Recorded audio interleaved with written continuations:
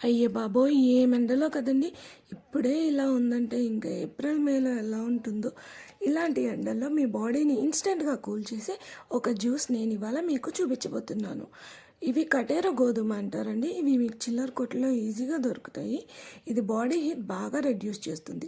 దీన్ని ఒక 4-5 అవర్స్ నానబెట్టుకుంటే ఇలాగ జెల్లీలాగా వస్తుంది.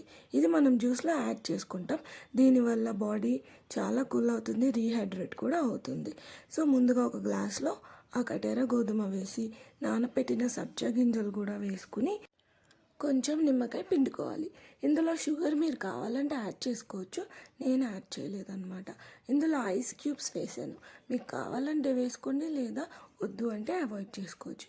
ఇందులో ముందుగా తీసిన వాటర్ మిలన్ జ్యూస్, ఇంకా కుకుంబర్, అదేనండి కీరదోసకాయ అంటాం కదా మనం, ఆ జ్యూస్ వేసి బాగా మిక్స్ చేసుకోవడమే.